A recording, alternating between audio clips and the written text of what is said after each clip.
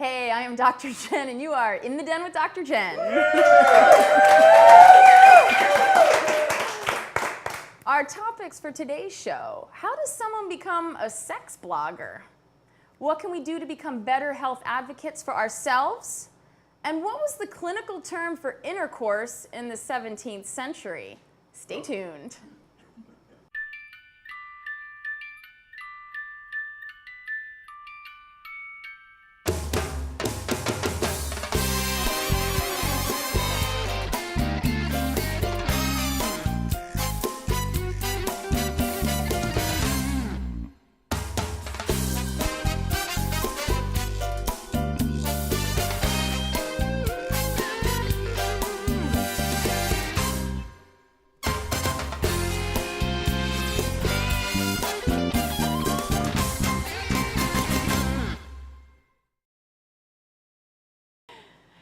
We've got a guest here in the den from Washington, D.C. Stef Woods is a writer and advocate who blogs about her dating adventures and offers advice to readers, relationship and sex questions. For 2 years, Stef wrote anonymously as City Girl in the hopes of protecting her career as an attorney. Stef has been featured on the local talk show, Let's Talk Live, and in numerous online publications, including NBC Nightside, and has written for funlove.com and lotusblooms.com. She received her BA from Wellesley College, her MA from Georgetown, and her JD from American University. Welcome, Stef.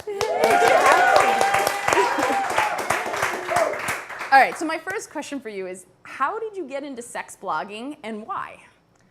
I was working on my thesis, and I wanted something fun to devote my energy and my creative attentions to. And my friends had been after me for the longest time to say, you need to write your dating stories down. So you had good stories already. No one ever has had the crazy stories. Who broke her nose during sex?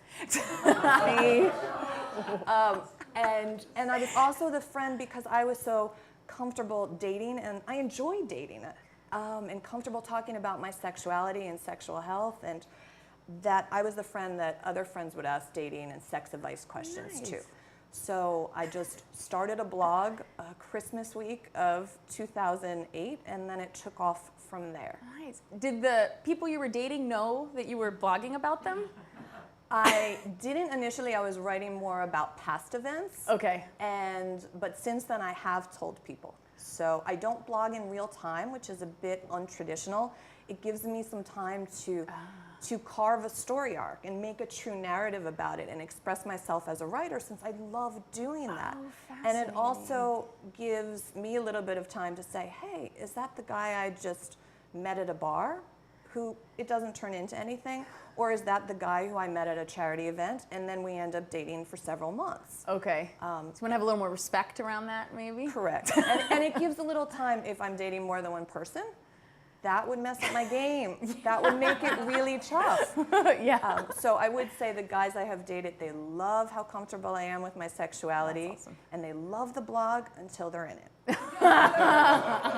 I do use nicknames for them, and I try to be as cryptic as I can. I stole some of those. But That's it is funny. still unfortunate when things come out in the blog. Okay, and I know that things then kind of turned around for you, and you've been through some heavy personal health concerns recently. Can you share? Of course. Yeah. I had this forum, and I was blogging anonymously on the chance that I would return to the legal policy arena. I was advocating for a very polarizing issue, immigration, here in the US, and I knew if ever I was to do policy work again, I could not be that attorney who wrote about her sex life online. So I had selectively outed myself at certain events, or an ASEC, the Sex Educators Conference, but I took my name and my blog, never the twain have met. And then I was diagnosed with breast cancer. And I sat there thinking, I'm a sex blogger with breast cancer at 37. And I have this forum, and I have women and men who, via Twitter, via Facebook, via blog, feel very invested in me and my life, and share the same hopes and dreams for me that I share for myself. And I realized that my experience didn't just have to be mine anymore. It could be others, and it could make other people think about their own health and their own breasts and their prostate issues and things that people in their 20s and 30s don't necessarily consider. They just say, oh, mammograms, isn't that a 40-something thing? Right. Or self-exams, well, there's these cards out there, but I don't think I need to do it. It doesn't affect me. And I was walking a charity runway show in front of 1,800 people one weekend, and then I found a lump the next weekend. And to turn and say, that happened to me, and I had this experience, and let's all make sure we're as healthy sexually and physically as we can be. And that's amazing. I applaud you for your willingness to be so vulnerable and so authentic and to out yourself like that. And I know another thing that's been important to you is about helping women be self-advocacy, the self-advocacy for their own health with their partners or with their doctors. So what advice do you have around that?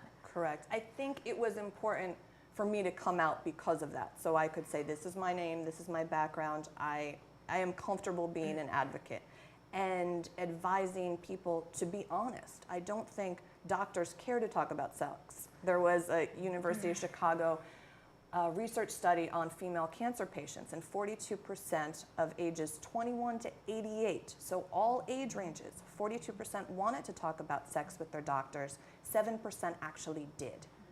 So to say this is a normal activity. If you get knee surgery, you need to know, when can you drive? When can you work out? When can you walk downstairs? Oh, and when can you have sex?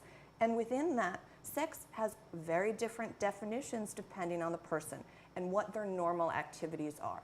So if you don't feel comfortable talking to your doctor about it, write it down on a piece of paper. Ask for the doctor's email. Ask to speak with a nurse or a receptionist you do feel comfortable with. And to try to say, this is really important, and the medical practitioners from their end need to realize cost-benefit analysis. To say a few words now could save your patient from having complications later. And if we can't, as patients and as humans, be our own best advocate, who can? And to say, even at a vulnerable time, it's worth asking all of these questions. There's nothing too ridiculous. It's better you make your doctor or a nurse laugh or blush for a minute than not realize, wow, if I masturbate, if I orgasm, there could be complications. Yeah, thank you so much. Thank you so much, like I said, for your vulnerability, your authenticity, and sharing your story here. Let's give a round of applause for Stef. So, thank you. And if you want to follow Stef and her adventures online, you can find her Twitter at citygirlblogs or online at citygirlblogs.com.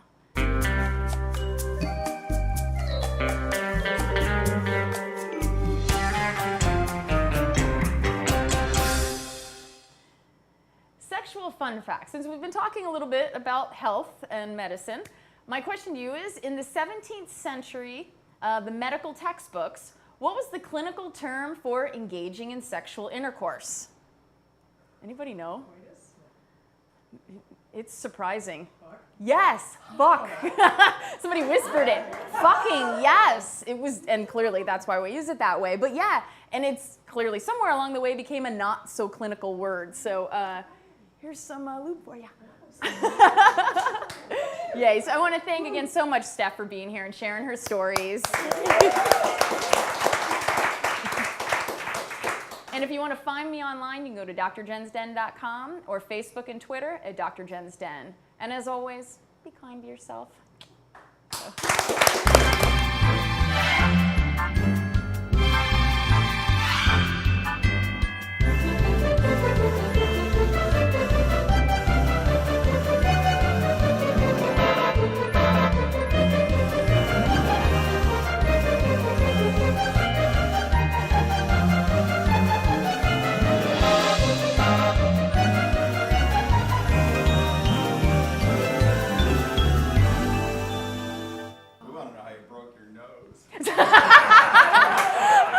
Okay, the dude was drunk. I was on top, high velocity. He goes to kiss me and misses forehead, nose. And we had this lethal relationship. We broke beds, we broke his lamp, yeah, noses, exactly. So then, because he was drunk and we were in our early 20s, he turns and he's like, "Can we finish?" And there's like blood everywhere.